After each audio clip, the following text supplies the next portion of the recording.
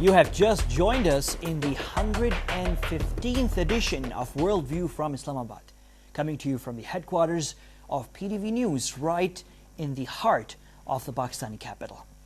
115th edition.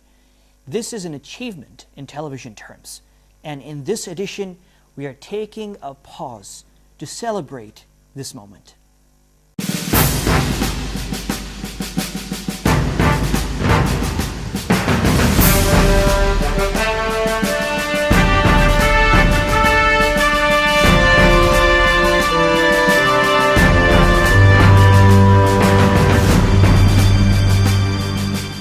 So I was telling you that in this edition we're taking a deliberate pause to celebrate a moment, really. This is an achievement in television terms. I was just telling you 115th weekly editions. In television terms, if you're a television professional, this means 26 months, 9 quarters, more than 2 years of non-stop weekly editions of the show.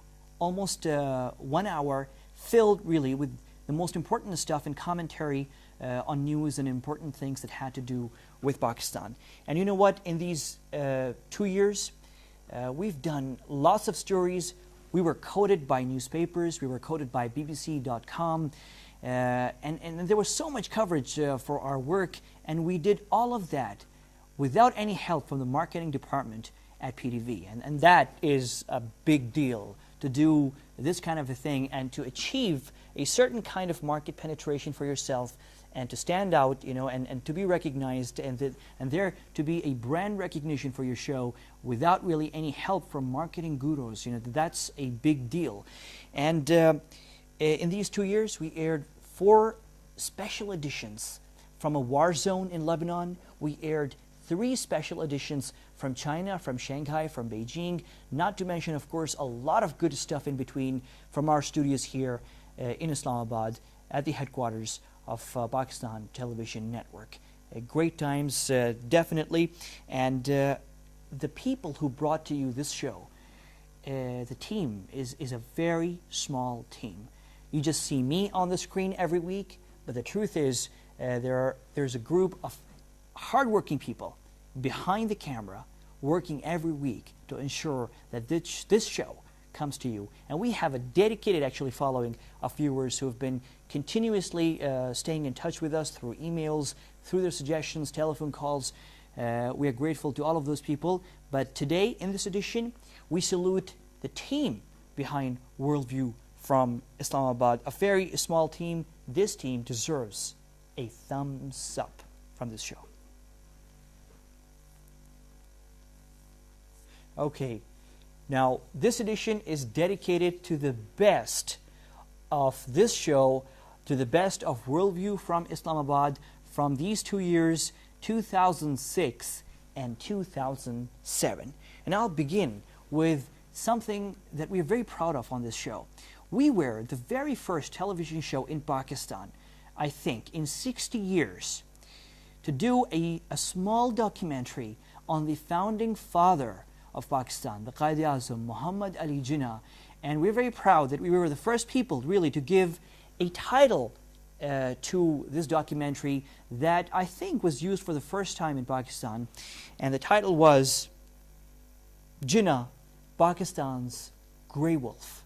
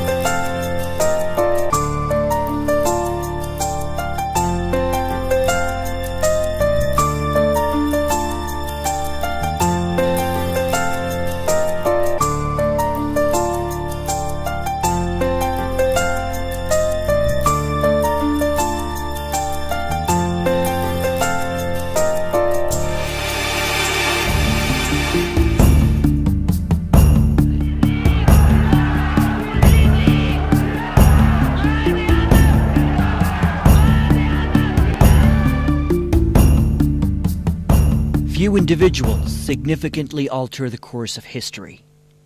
Fewer still modify the map of the world. Hardly anyone can be credited with creating a nation-state. Muhammad Ali Jinnah did all three. For any Pakistani, these words are carved in pride. They are the brilliant words of the American biographer Stanley Wolpert, describing Pakistan's founding father, the great leader, the Qaid-e-Azam. As a leader of the Pakistani independence movement, Muhammad Ali Jinnah is one of the most remarkable statesmen of the 20th century. Yet ironically, he remains one of the least known figures of the modern history of the world, in the same way that his nation and people are often not understood in their full complexity. I am on my mission, and I can tell you nothing about the present. That's all I can say. Thank you. The story of Mr. Jinnah, the Qaid-e-Azam, and of Pakistan is the story of willpower and the right of self-determination at its best. The leadership of Jinnah and the rise of Pakistan are no accidents of history. The desire of the Pakistani people for independence and nationhood is steeped in history. The ancestors of modern-day Pakistanis have long been distinguished by their links to Central, South, and West Asia. As a people, the Pakistanis continue to draw their distinction from a diverse yet interlinked ethnic, cultural, and religious heritage.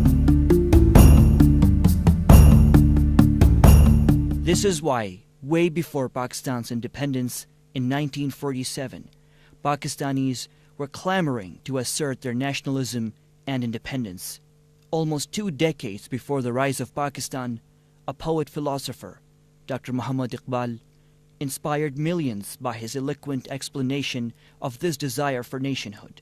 And in 1932, a group of Pakistani students at England's Cambridge University argued the case for Pakistan by publishing a pamphlet titled, "Now or Never, Are We to Live or to Perish Forever?" One of those Cambridge students was the 35-year-old Chaudhry Rahmat Ali, who said in the pamphlet that he was writing on behalf of 30 million Muslims of Pakistan who live in the 5 northern units of Punjab, Northwest Frontier Province, Kashmir, Sindh, and Balochistan, embodying their inexorable demand for the recognition of their separate national status as distinct from the rest of the region. This zeal and passion has united the Pakistanis in later years, despite their many problems and differences. In 60 years, the Pakistanis started with a weak state that had little infrastructure, and have made it today into a formidable power in the region and a responsible actor on the world stage. In remembering all of this, we remember the man who led the Pakistanis in their most difficult hour, the Qaid-e-Azam, his personality and ideals. A man remembered by his peers as a model of etiquette and discipline. Like Anthony Eden and the Duke of Windsor, Jinnah became the model of fashion the world over, writes Stanley Wolpert in his biography. While a student in England, his perfect manners and attire always assured him entry into any of England's stately homes, clubs, and palaces. And his ideals were as transparent as his personality. Few people know that the Qaid-e-Azam was a great admirer of the founder of modern Turkey, Mustafa Kemal Atatürk. In November of 1932, the Qaid read the book Grey Wolf, the biography of Atatürk. And according to the author Hector Bolitho, who in 1954 wrote the book Jinnah, Creator of Pakistan, the Qaid talked about the Grey Wolf so much at home that his 13-year-old daughter at the time, Dina, nicknamed him the Grey Wolf.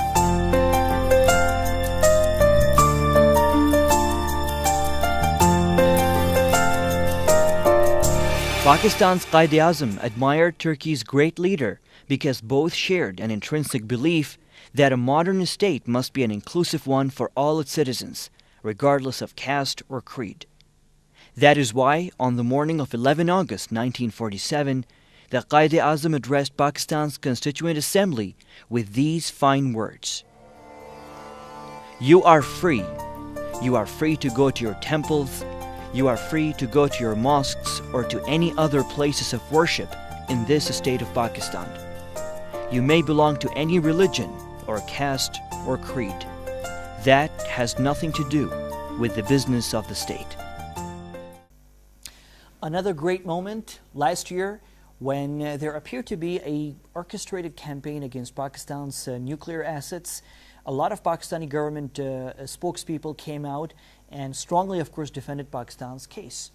But on this show, we have the honor to have given the strongest one-line warning to all those people who were talking dirty about Pakistan's nuclear program.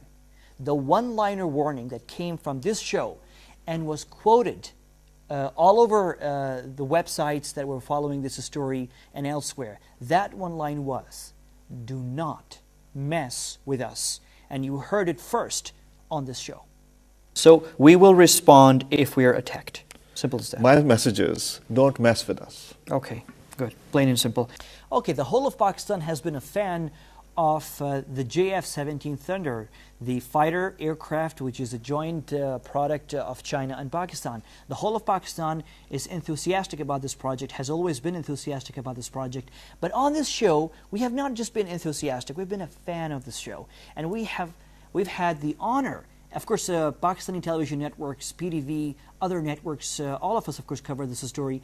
But this show, our show, had the honor of, on various occasions, showing exclusive footage. Every time we showed exclusive footage of JF-17 Thunder before the aircraft was inducted in Pakistan Air Force, when it was in the development phase. In fact, we were one of the first shows, really, to even show you footage from footage that was taken actually on the ground in Chengdu, in China. Chengdu, of course, the Chinese city where this aircraft was being jointly manufactured and developed by Pakistani and Chinese engineers. And we've really covered, we've had so much exclusive footage in JF-17 Thunder, and we are thankful to Pakistan Air Force and to our heroes, the engineers, and everybody who was working on that project at Pakistan Air Force for giving us exclusive access to this footage. We enjoyed it on our show, and I'm sure many of our viewers did. Let's share some of that with you.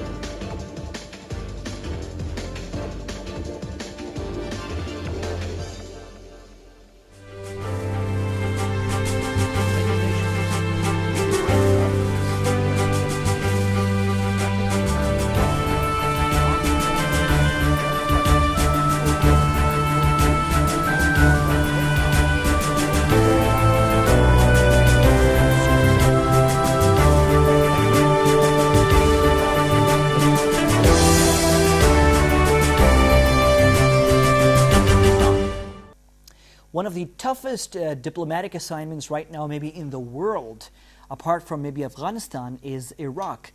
And any diplomat based there, of course, is facing a very tough assignment. But the toughest of all, that assignment goes or belongs to Ambassador Ryan Crocker, the U.S. ambassador right now in Baghdad. Ambassador Crocker, of course, was in Pakistan before, of course, going to Baghdad. And he left Islamabad early last year, early 2007, and coincidentally, the very last interview he gave to any Pakistani television show was to PTV News and specifically to Worldview from Islamabad. He came here to the studio and gave us that interview.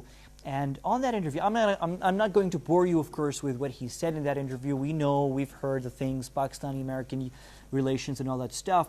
But the interesting thing was, when I asked Ambassador Crocker, before leaving for Iraq, of course, if he wanted to say something to the people of Iraq, with whom, of course, he was supposed to meet in a few weeks' time after that interview, if he wanted to say something to the people of Iraq in Arabic from the screen of BTV network. And Ambassador Crocker obliged. Of course, a lot of people are surprised that this American speaks very good Arabic. Watch this moment. Before your parting words, I'm just going to ask you a test question. I mean, I'm not sure many Iraqis will be watching us. ولكن إذا كان العراقيون يشاهدوننا الآن، ما هي الرسالة التي من الممكن أن ترسلها لهم باللغة العربية؟ والله أنا سعيد جدا. أنا أرجع مرة ثانية للعراق، بلد كثير مهم في العالم وللولايات المتحدة. ورسالتي يعني كلمة واحدة، أنتم صامدين وأنا صامد. 2 years and a half is a lot of time, and of course we have improved Worldview from Islamabad a lot. We've learned a lot from our own mistakes, and you improve with time, of course. And the look of the show, of course, changes as well. And I think I'm going to show you right now 3 promos that we shot for this show at different times that would show you how we've changed, how the team working on this show really changed, and how we changed our set, the way we tape our show every week. These 3 promos, of course, you'll see the date on with each one of them, and brief ones. Just look at them and enjoy and see how we changed over these 2 years and a half.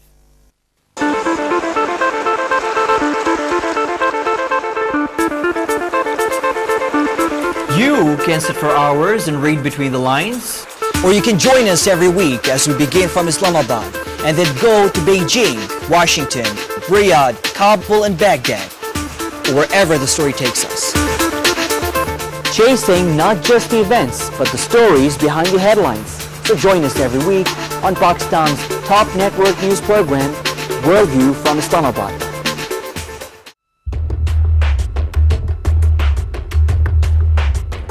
You don't want to miss the upcoming edition of Worldview from Islamabad. It's China Week in Pakistan, and we have a China special with the theme A Rising China Meets a Rising Pakistan.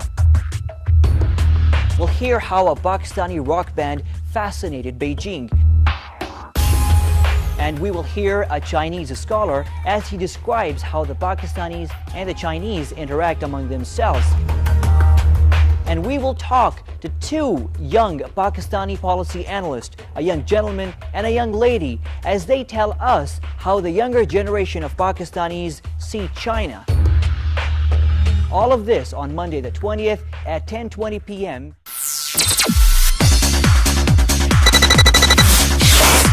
What was the first Pakistani television news program that the new Hamas foreign minister chose to speak to after assuming office? At that time, we can arrange a visit to Pakistan, to India, and also the Islamic countries. Guessed right. Worldview from Islamabad. And Iran's foreign minister chose this program when he wanted to send a message to the world. The very important program of Worldview from Islamabad. And we often get to catch important diplomats to get the story to you. Well, first, Ahmed, thanks for having me on the program, and it's great to see you again after a lot of years. And in this program, we are known to ask questions that attract attention. Yes, I would like to answer this. Because this keeps bothering my mind. So you don't want to miss our program the next time we're creating ripples. One of the most memorable assignments that our team went through was the war in Lebanon in the summer of 2006. Almost 2 years to this date, 1 year and a half almost. The interesting thing was in that war was that our team was divided. I was there in Beirut. I was covering the war with a cameraman, and our producer, Shafiq Sultan, and our entire team was sitting here. What happened is that we coordinated and we produced 4 editions, 4 full editions of Worldview from Islamabad from Beirut. And that was a tough call, trust me, considering the fact that we have a very small team, but we did it, and that was a good effort. And when I came back, I and Shafiq, we both sat down, and we produced a sort of a memorable montage of what we did over there. I think it was interesting. I'd like to share it with you.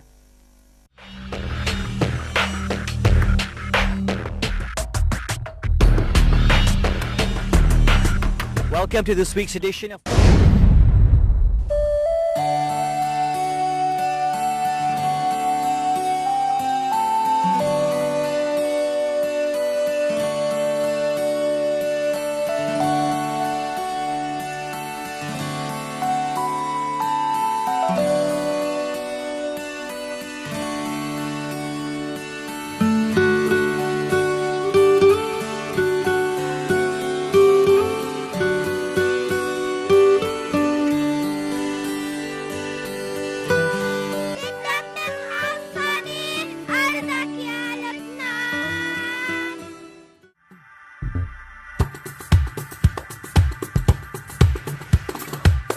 लबनान के इंतहाई शुमाल तरीन इलाके के अंदर Israeli तैयारों ने यहाँ पर 4 बम बरसाए हैं।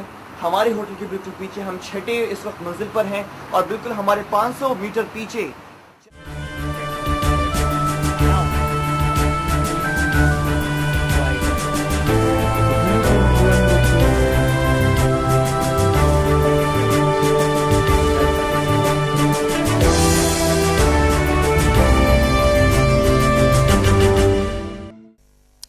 Okay, we have a very close relationship with China, Pakistan and China. And in the year 2006, the president of Pakistan, President Pervez Musharraf, visited China twice in 1 year. And in fact, this is a historical information. President Musharraf is probably the most widely traveled president of Pakistan to China in the history of Pakistan. He's been to China, I think, more than 8 years before he became the president of Pakistan. Not to mention, of course, the times that he visited China after he became the president. So we have a close relationship, and I was in one of those trips with the delegation that went with the president of Pakistan. And we know, of course, that we have officially close relationship. I wanted to stay away from that. I wanted to meet young Chinese men and women and what they thought about their relationship with us. And I was in Shanghai, and I met this young Chinese reporter who was working for a magazine that is published by the municipality of Shanghai. And I had a nice chat with him, and we also met and interviewed a group of young Chinese women and men. And after that, of course, I also had this I went to buy actually a raincoat in Beijing, and this was a very interesting segment that we taped in Beijing, bargaining. It shows, it's funny, and you will laugh when you look at it, but the good thing about it is it shows you how younger Chinese, especially young Chinese women, are hardworking and really, really very good negotiators and businessmen. Watch this.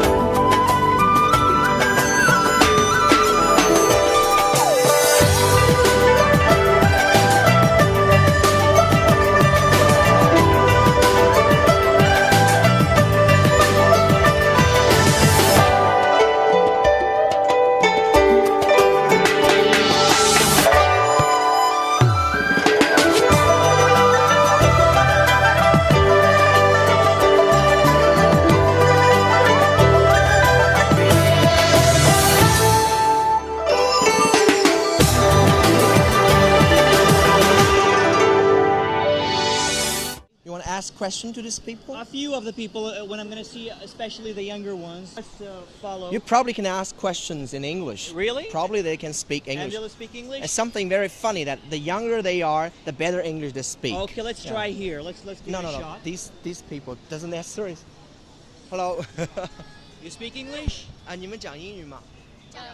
讲普通话是吗？ Okay. Don't speak. Ask them. Why don't you Yes. translate? Let the camera come okay. here. Let the camera come here. Oh, it's okay. You sit down as well. Let's ask them. Hey, ask him. Yes. How old is he? 能问一下你多大了吗？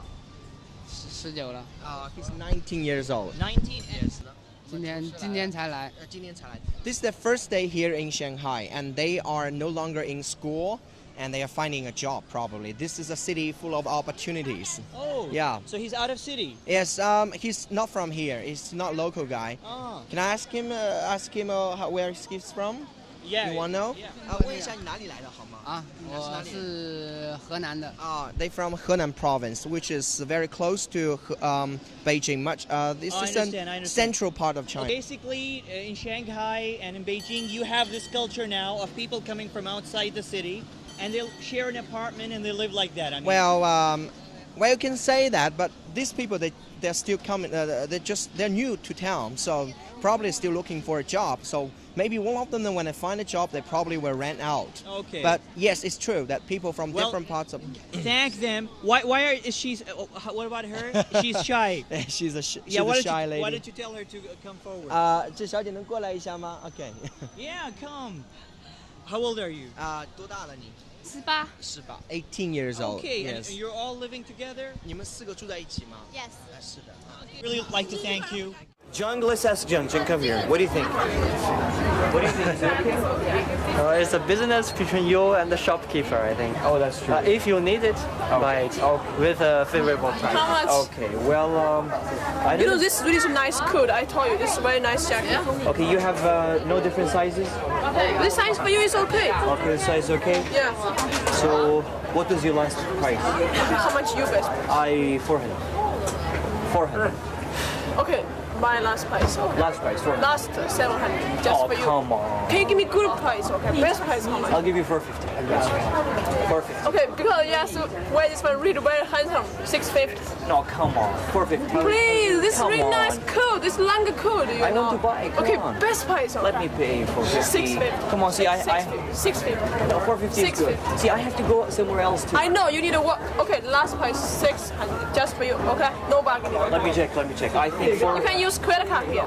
I know I can use credit card, but Credit card is I would okay. like to pay cash. Or Visa also is okay. Yeah, I think 450 is okay. 600 just for you because you don't have time. You got. Listen, if I buy this thing here and people see and watch on TV, listen. If I buy this thing here and people in Pakistan see this, they will come here and buy I again. know, but really it's a nice coat. It's a longer coat, not a short jacket. You can tell your shop number and your name, and many customers will come. I know you can tell them come to here. Okay, 600. Okay. No, 450. No Come on, way. come on. No, good for you, not good for me. That knows money, you know. 4. No. No, I'll give you 50 more. No, 6 just for you. Come on. You know somebody buy how much? 1,000, really? 450 is great. No. Okay, 600 is very cheap. Okay, just no, no, Just no. hold this. We will bargain. We'll bargain. How much? 450 is perfect. No, good for you, not No, good for come me. on. Okay, please, best price. Okay. Little more. 475 is my last price. No, 25 yuan is nothing. How much What do you final think, price? Jung? You should tell her you are from Pakistan, for God's sake. Well, I think 450 is fine. No, okay. Okay, for the sake of Pakistani Chinese friendship, 450. No. Final, Okay. final. Last You should price, final. 580. Okay. No, 580. 580. Oh, come on. Okay, 550 just for you. Okay. Okay, Lily is good, so because she's good and she's working very hard and she's bargaining, I'll give you 500. Okay? 550. Oh, 500 is good. It's more than enough. Give me 100. I give 50 back. No. I see you have 100. I give this 50 back. No, come on. You don't have enough. Don't be so hard bargaining. Okay, no. Yeah, very tough. I'll give you what? 50. Okay, wait a second. And 10. Okay, 50 more. Okay. Thank you. You're welcome. Okay, good bargaining. Good bargaining. So as you see, as Lily demonstrated here, this was a real purchase. I really bought this. She said it's for $850 and we came down to $500. So whenever you're here, bargain hard. Thanks, Lily. What do you mean? No bargaining hard. You are very tough. Okay. Yes. Okay, we're staying on China still, and I'm emphasizing it. Why? Because in a couple of weeks' time, after this show, China is sending its Olympic torch here to Islamabad as an expression of friendship, with Pakistan and how important they give to their Pakistani friend. And that's why I'm emphasizing the Chinese segments that we showed on our show. Right now, I'm going to show you a very interesting thing. A famous Pakistani pop singer singing in Chinese to a Chinese audience in Beijing. You can just simply imagine how the Chinese audience were flabbergasted, amazed to see this attractive Pakistani female pop singer singing a famous Chinese song in perfect Chinese. And to return the compliment, a young Chinese male singer sang a patriotic Pakistani song in Urdu.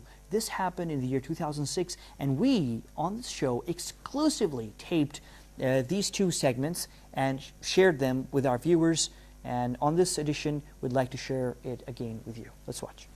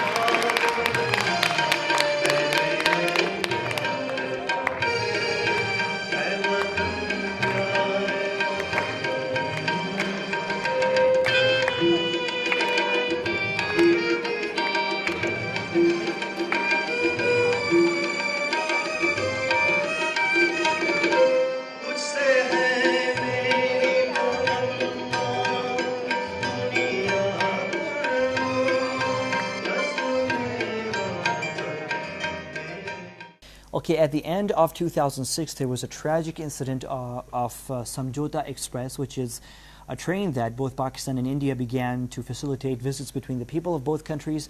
At the end of 2006, all of you remember, there was a tragic incident where a mob of people attacked this train, and I think it was an arson, and a few Pakistanis were burned alive, were killed in that incident. It was a shocker for Pakistanis that we thought that the government on the other side, the Indians, failed to protect the visitors, guests to their country, the Pakistanis who were visiting there. And a young Pakistani poet came up with a very beautiful poem that she sent to us by email. And we thought it was so touching and was so filled with meaning that we shared it with you on screen. It was beautiful, and I think there's no harm if we revisit that poem again, because it has a lesson really, not that much for us, but also for our friends across the border, the Indians, on whose soil those Pakistani visitors were killed. Let's see this poem. 60 years ago, there came home a train, all burnt in black, with carriages filled, of corpses mutilated. They were angry then that we had broken off. They said we were a part of them, and we always would be. Why then should we have a separate nation? They couldn't understand. Today, we sent a train. We named it Friendship Express. It was going back home. We were trying to re-establish ties, which we broke off 60 years ago. And for every one of those years, they paid us back by burning alive 60 of us. 60 people who had nothing to do with politics. Innocent lives imprisoned in a moving, burning furnace. What was their crime? Why did they have to pay?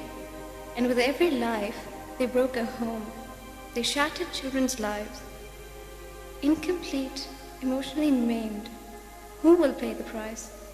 For parents lost, for broken homes and hearts, for lives torn apart, when all we wanted was to be friends again. Was it so great a crime? And what about your own people and their memories? How they tried to save a train full of burning people? Won't your children's nights be haunted for the rest of their lives? We paid then and we are paying now, but we will not pay tomorrow. Our children will not pay the price of our freedom. We will break through these barriers. We will not let this last. We will still cross borders, and you can keep your fires burning in your hearts. Okay, that was almost our show, our edition for today. Best of the best, of course. There's so much that we can show you, but these were the moments that were both funny, interesting, and memorable. And we thought that's what we should share with our viewers who have been loyal, really. Most of you have been very loyal and have been generous in giving us your ideas and suggestions. And in fact, in this edition, I've included a couple of segments that were in demand, really. A lot of you asked us to ensure that we play those segments, especially the Chinese one. Now, before we go, this is, of course, our work for 2.5 years. It's always time to move on and explore new avenues and get involved in new, more interesting projects, and that's what we're going to do. So this is probably our last edition, the 115th edition of Worldview from Islamabad. Weekly, non-stop editions for almost 2.5 years. We began in January 2006, and we are concluding in April 2008. A lot of time. Now, of course, you can find some of these editions on PTV's website at www.ptvworldnews.com.pk. But these will not be, of course, many of them there. I think the last edition would be there.